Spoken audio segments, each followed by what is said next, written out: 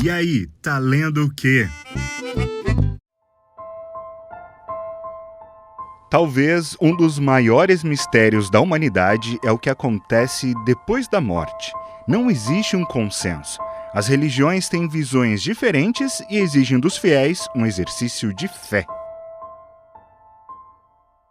Ao escrever um livro, o autor tem o que chamamos de liberdade poética, que permite colocar no papel toda a sua imaginação, livre de qualquer regra, até mesmo religiosa.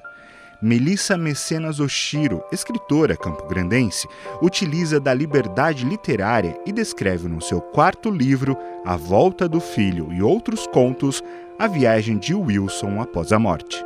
Esse livro, o conto principal, que é A Volta do Filho, é uma homenagem para o meu pai, que já faleceu. Ele conta um pouco da chegada dele depois do falecimento dele.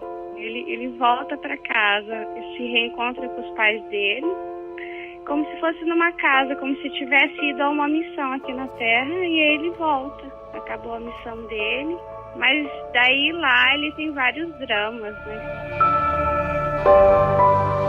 Wilson Oshiro foi vereador por 2 vezes de Campo Grande na década de 1980 e início dos anos 90.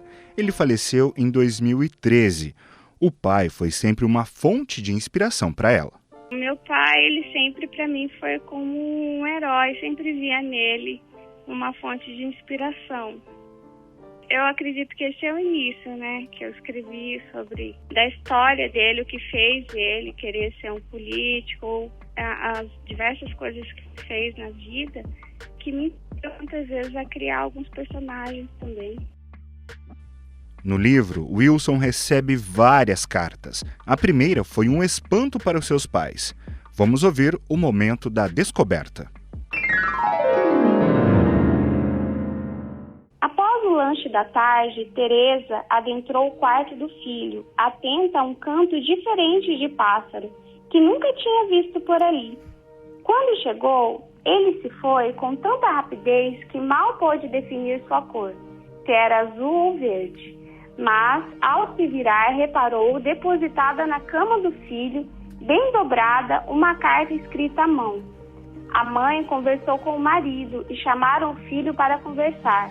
Filho, disse o Senhor, sabe que não pode trazer nada de onde veio. Como trouxe esta carta? Não trouxe, papai. Ela apareceu simplesmente na caixa do correio. Veja, amanhã chegará outra. No mesmo horário, no raiar do sol, chegou outra carta.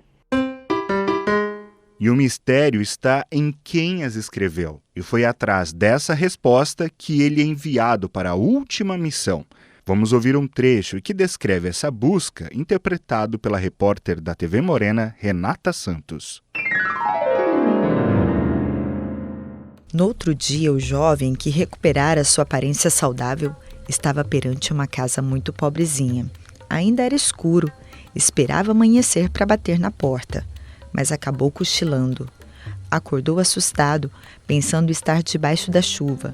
Quando abriu os olhos, pôde ver um pouco embaçado uma senhora de uns 40 anos com um balde na mão, andando depressa para dentro da casa. Esse livro também é uma homenagem para minha família de origem, minha mãe, Ilka, e meu irmão Marcelo. É uma homenagem para minha mãe, porque foi através dela que eu aprendi a admirar o meu pai pelas histórias que ela sabia dele, que ele contava para ela, e ela passava para mim e para o meu irmão.